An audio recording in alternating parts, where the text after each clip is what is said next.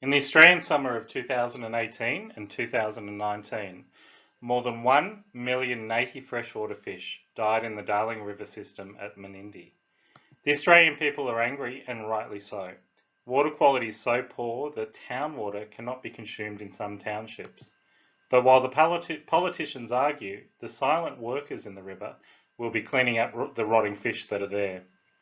The likes of turtles, yabbies, are the major scavengers in these river systems, and they'd be important vacuum cleaners of a wetland after a major fish kill like this.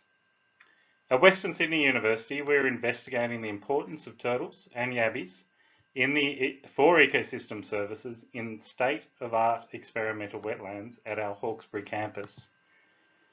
Here, in this presentation, we'll show you how rapidly turtles consume dead European carp and compare changes in water quality in ponds where dead fish are decomposing without a significant scavenger.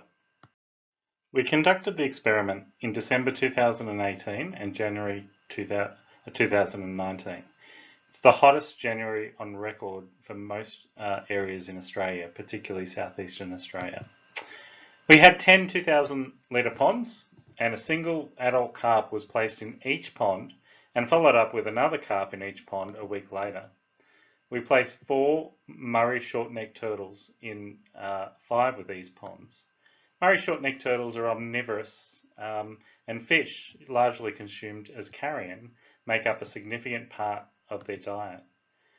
When we scored we then scored the decomposition rates of fish in each pond. You can see that we classified them into 5 categories based on several key visual parameters, such as intactness of scales, skin, coloration or perforation of skin, whether it was floating or sunk to the bottom, and whether there were flesh or other body parts and skeleton remaining as well. You can see in the top graph, fish in with turtles, which is the dotted lines, were rated at 50% on the decomposition scale within 1 to 2 days, and essentially 100% consumed within 3 to 5 days. In contrast, without a scavenger present, fish took up to a week to visually break down and 25 to 30 days to fully decompose. You can see that also with the photos of the ponds, the impacts on the water quality were significant.